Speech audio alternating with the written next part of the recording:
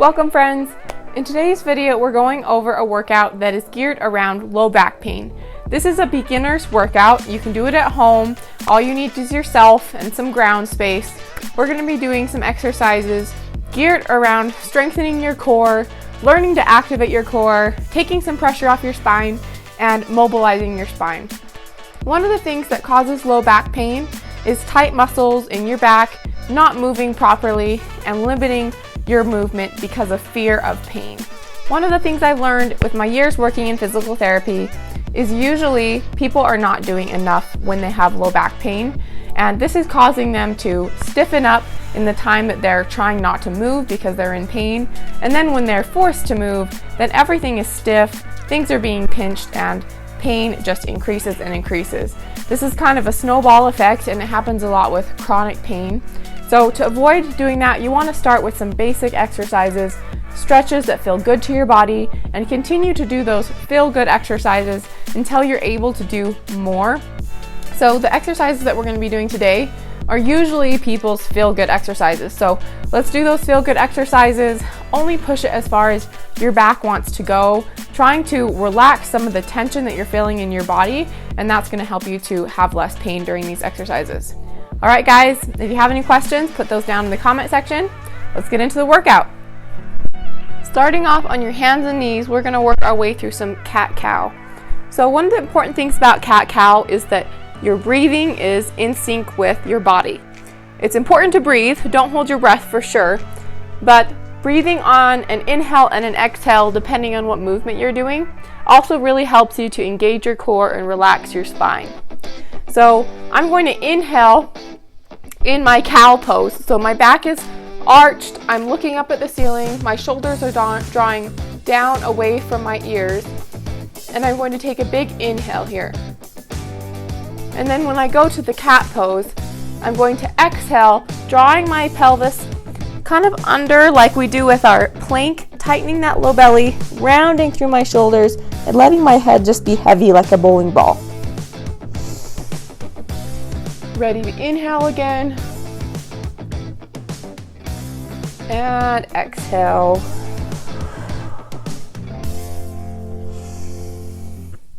This may not be what your cat-cow looks like. If for some reason your back just wants to stop before the end range of any of these motions, you can go ahead and work through what mobility you have and build up as you feel your back loosen up. You feel your spine become a little bit more mobile.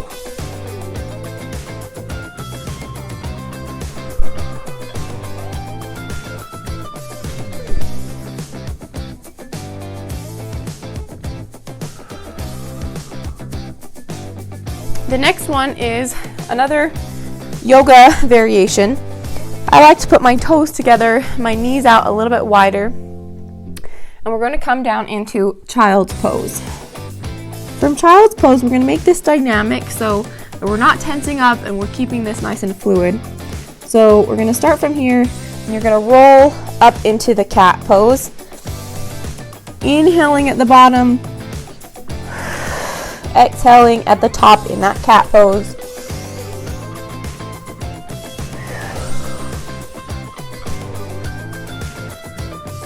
Elongating the spine here. Getting that core activated.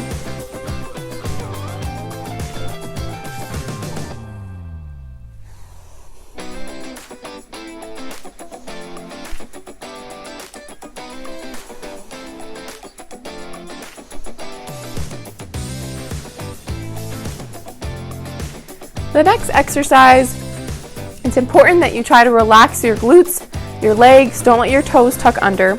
We're going to come all the way down onto our stomach. And from this position, we're just going to start by pressing up just part of the way, just getting our spines warmed up on the back side. I like to inhale on the way up, exhale on the way down, keeping that breathing nice and sync. A modification of this move would be coming up onto your elbows, pressing into those elbows, pressing your chest forward, and then relaxing down during the rest time.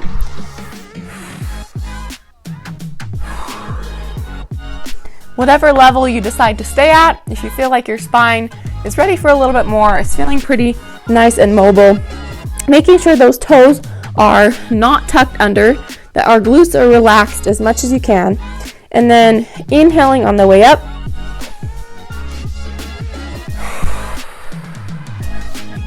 exhaling on the way down.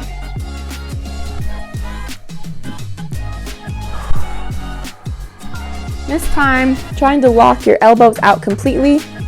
It's easiest on your arms if your hands are right under your shoulders, but if that height is a little bit intense, you can walk your hands away from you, and that is going to make it less intense because you're not going quite so high up.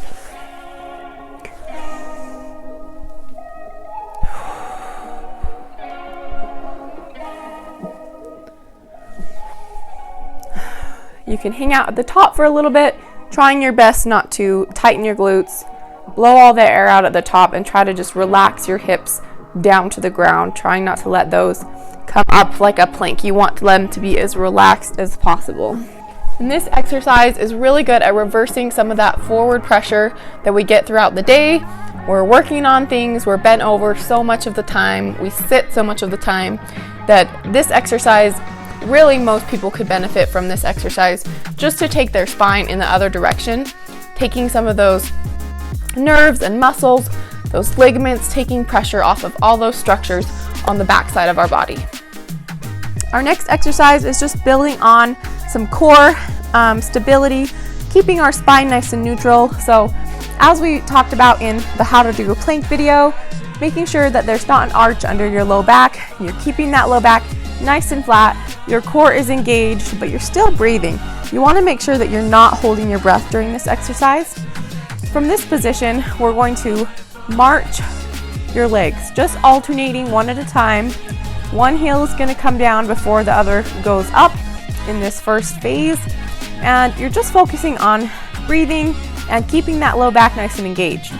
This is going to feel probably pretty light to you, and it's a good way to just get those low belly muscles warming up. They don't require a lot of intensity because they're small, they're close to the joint, and that is just not how those muscles function. You also don't want to be bringing your knees clear up into your chest on this one, because that is going to make it so you're trying to use your rectus abdominis, which is your crunching muscle, rather than those deep stability muscles. When that gets a little bit easy, you can start switching those legs in mid-air. So one heel will still come down, but you're not going to have one heel on the ground before you lift the other. There's going to be kind of a mid-air point where you are still engaging your core, keeping all that nice and neutral, and this is quite a bit more difficult. Twist, just making sure we are moving our spine in all directions to make those joints move properly and take pressure off of our spine through movement. So I like to keep my feet together on this one. You can put your hands out to the side to help you balance, but we're just going to let those knees fall from side to side. I like to inhale on the way down, and then you're going to exhale and engage your core as you bring your knees back through center. And then you're going to inhale off to the other side, exhale back through center. So inhaling, exhale. So that back flattens as I'm bringing it back through center. By the time I get to the center position, my low back is nice and flat to the ground and my core is engaged. Inhaling off to the other side. Exhale through center. And just going as far as your back wants to go. The knees and the feet together are a little bit intense. You can space them out a little bit and kind of do more of a windshield wiper type movement, where the knees are going to be a little bit separated, a little bit staggered as they fall off to the side. Still exhaling on the way back up and inhaling on the way down. Practicing engaging those core muscles, those dynamic stability muscles through movement. And this is going to translate to a lot of things like rolling over in bed, sitting up from laying on your side, and that kind of thing that people seem to have a hard time with when they've got some pain in their low back. If the variation I'm going to show you is a little bit too difficult for you, you can simply do a regular bridge, pressing through your heels, squeezing your glutes, and letting all those muscles on the back side activate. If you feel like you can do a little bit more, the next step is going to be a single leg bridge.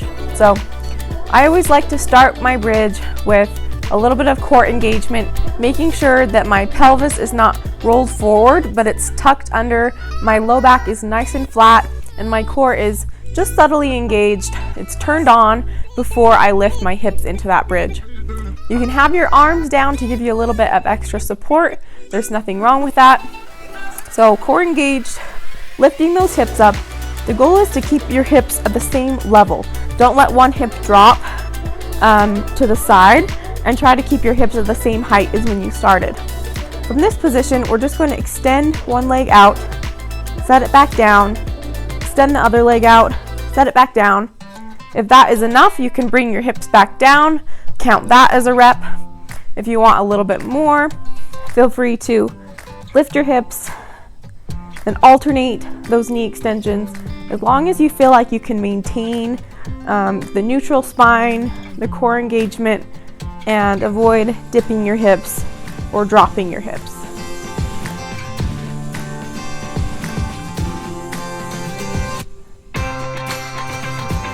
As soon as you start to feel that at all in your low back, you can do a couple things.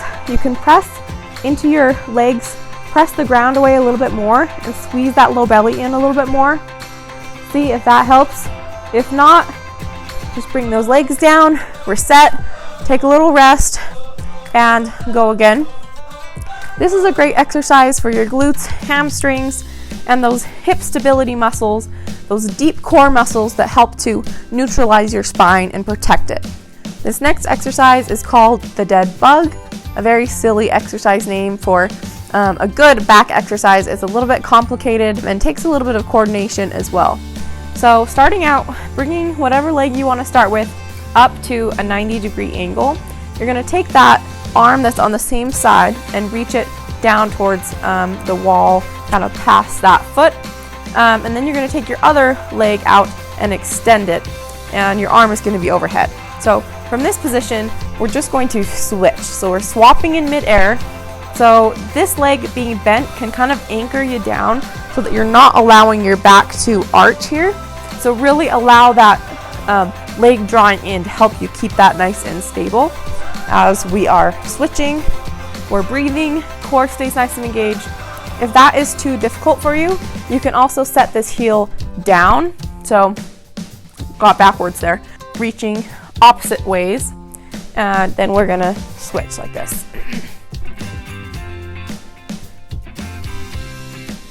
Still breathing, core still engaged. And this is a good way to do it if the way where you lift is a little bit too challenging. If you feel your back coming up, if you feel pain in your lumbar spine, then do the way with the heels down.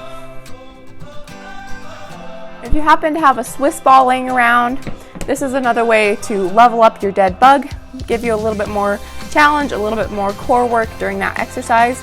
You definitely don't need the ball to do the dead bug, but I'm going to show you this way with the ball. So starting out with those arms and legs up, you're going to be putting pressure into the ball with each of your limbs. So from this position, you're going to remove an opposite limb. So we're going to be reaching out, you're pressing in through the center, keeping that ball nice and stable, just like your core, as you alternate.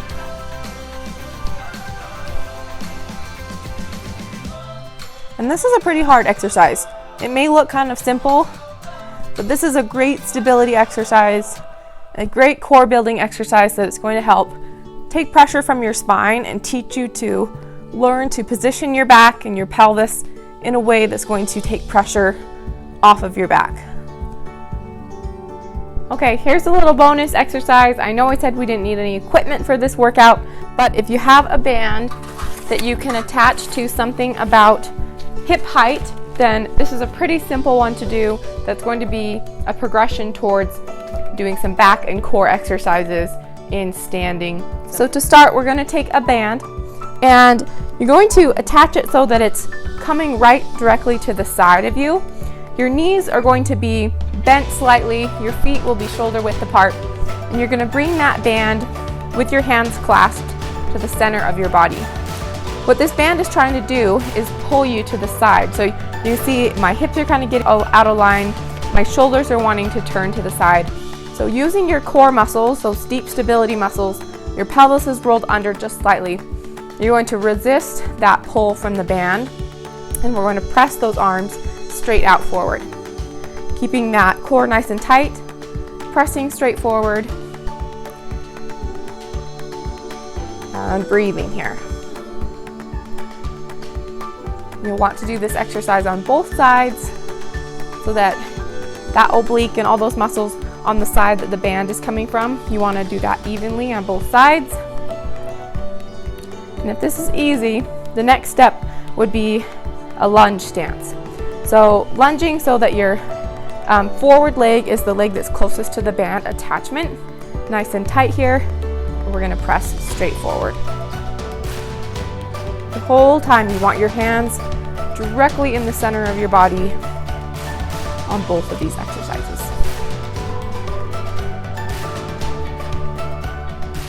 Okay guys, that's it for our beginner low back pain workout. If you have any questions, as always, just put those down in the comment section, as well as any requests you have for future videos. If you're new here, please don't forget to like, subscribe, and hit that notification bell. Alright guys, see you next time.